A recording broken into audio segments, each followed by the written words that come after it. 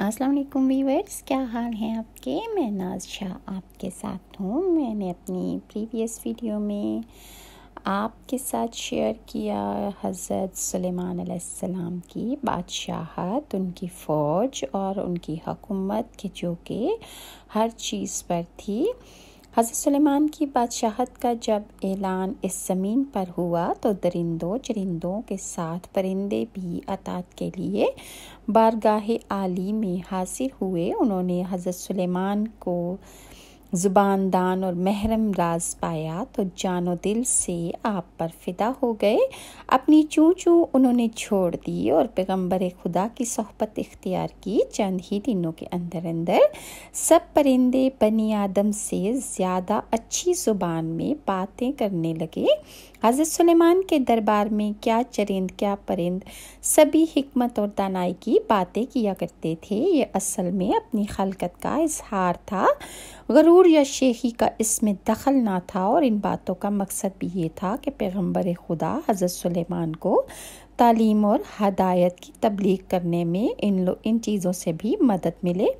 ایک دن حضرت سلیمان کا دربار لگا ہوا تھا اور معمول کے مطابق حاضرین دربار اپنی اپنی بولیاں بول رہے تھے۔ علم حکمت اور دانائی کی باتیں جاری تھیں۔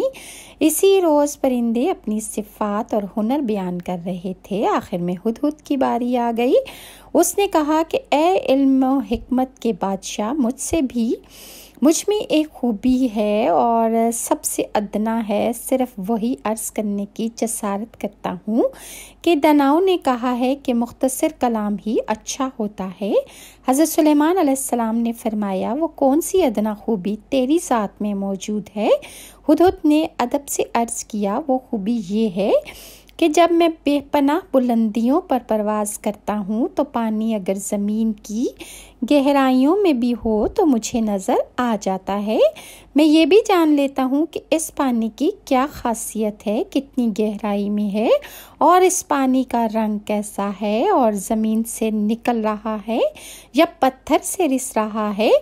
اے پیغمبر، تو مجھے اپنے لشکر جرار کے ساتھ لے چل تاکہ پانی کی ضرورت پڑے تو میں نشاندہی کروں۔ حضرت سلیمان علیہ السلام نے ہدہد کی اس خاصیت کی بہت تعریف و توصیف فرمائی اور آپ نے اجازت دی کہ بے آب و گیا صحراؤں میں سفر کے دوران تو ہمارے ہر دستے کے ساتھ رہا کر تاکہ پانی کا کھوج تو لگاتا رہے۔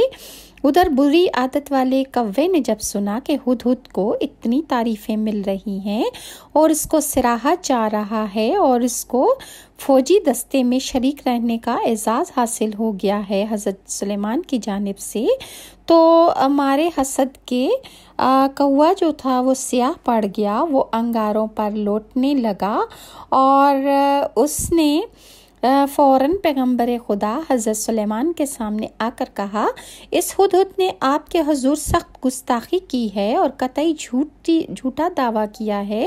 اسے اس جھوٹ اور غلط بیانی کی سزا دی جائے۔ آپ اس سے پوچھئے، اگر تیری نظر ایسی تیز ہے اور کہ تو زمین کی گہرائیوں میں چھپے ہوئے پانی کی خبر لاتا ہے تو پھر ذرا سی خاک میں چھپا ہوا وہ پھندا جو شکاری تجھے پھنسانے کے لیے لگاتے ہیں وہ تجھے نظر کیوں نہیں آتا؟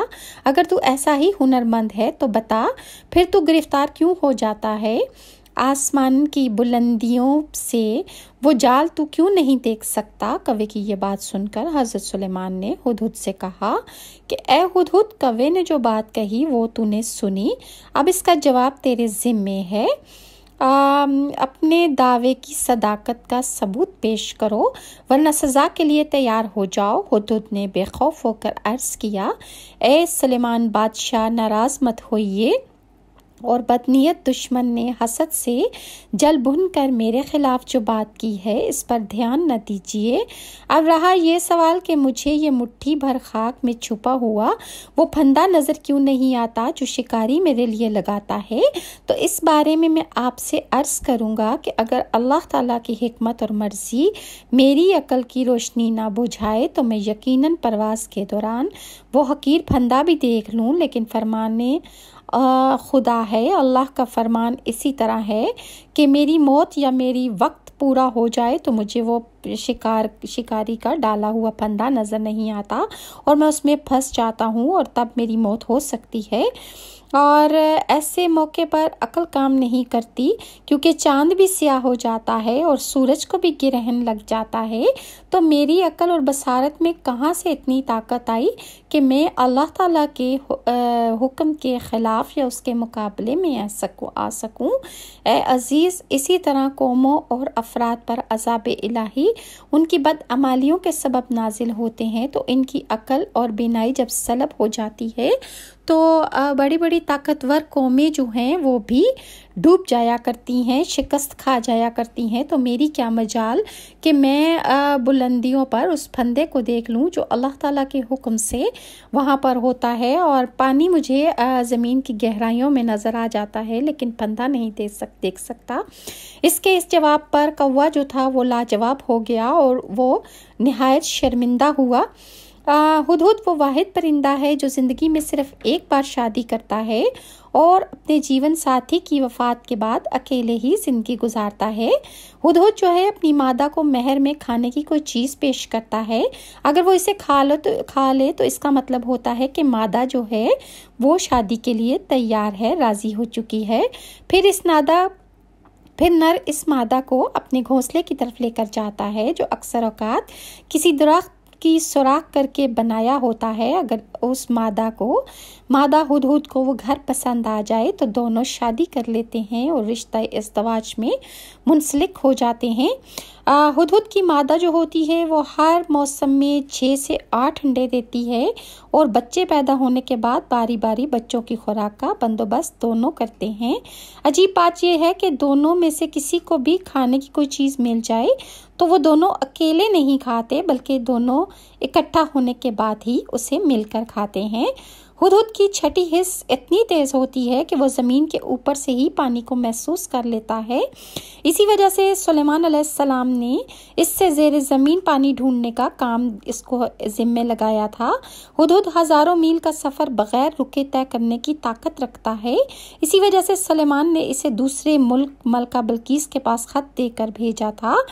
ہدہد کی ازدواجی زندگی آج کل کے دور کے انسانوں کے لیے ایک سبق ہے، اور ہدہد جو ہے اس کی بہت سی اللہ تعالیٰ نے اس کو خوبیاں عطا کر رکھی ہیں، اور کیڑے مکوڑے اور چھوٹے مینڈک وغیرہ اس کی خوراک ہوتے ہیں۔